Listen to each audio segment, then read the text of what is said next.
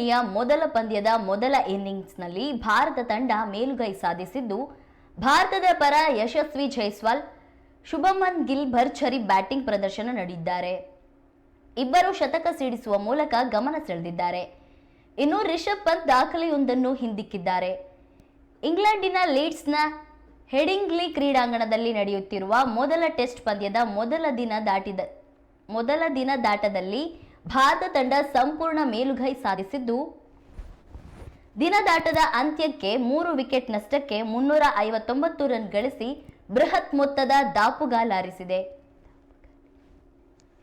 Gill 127 run ಗಳಿಸಿ ಮತ್ತು Rishabh Pant ಅಜೇಯ 65 run ಗಳಿಸಿ ಎರಡನೇ ದಿನದಾಟಕ್ಕೆ ಕ್ರೀಸ್ ಕಾಯ್ದುಕೊಂಡಿದ್ದಾರೆ.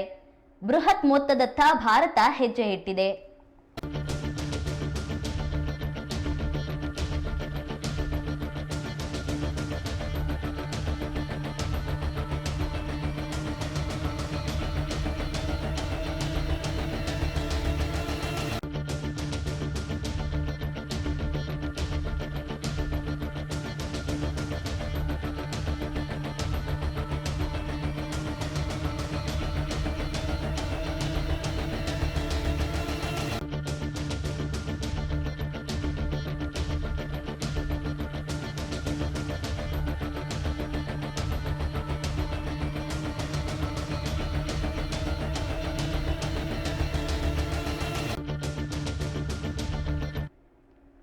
ಈ ಪಂದ್ಯದಲ್ಲಿ 5ನೇ ಕ್ರಮಾಂಕದಲ್ಲಿ ಕಣಕ್ಕಿಳಿದ ರಿಷಬ್ ಪಂತ್ ಭರ್ಜರಿ ಬ್ಯಾಟಿಂಗ್ ಪ್ರದರ್ಶನ ನೀಡಿದರು.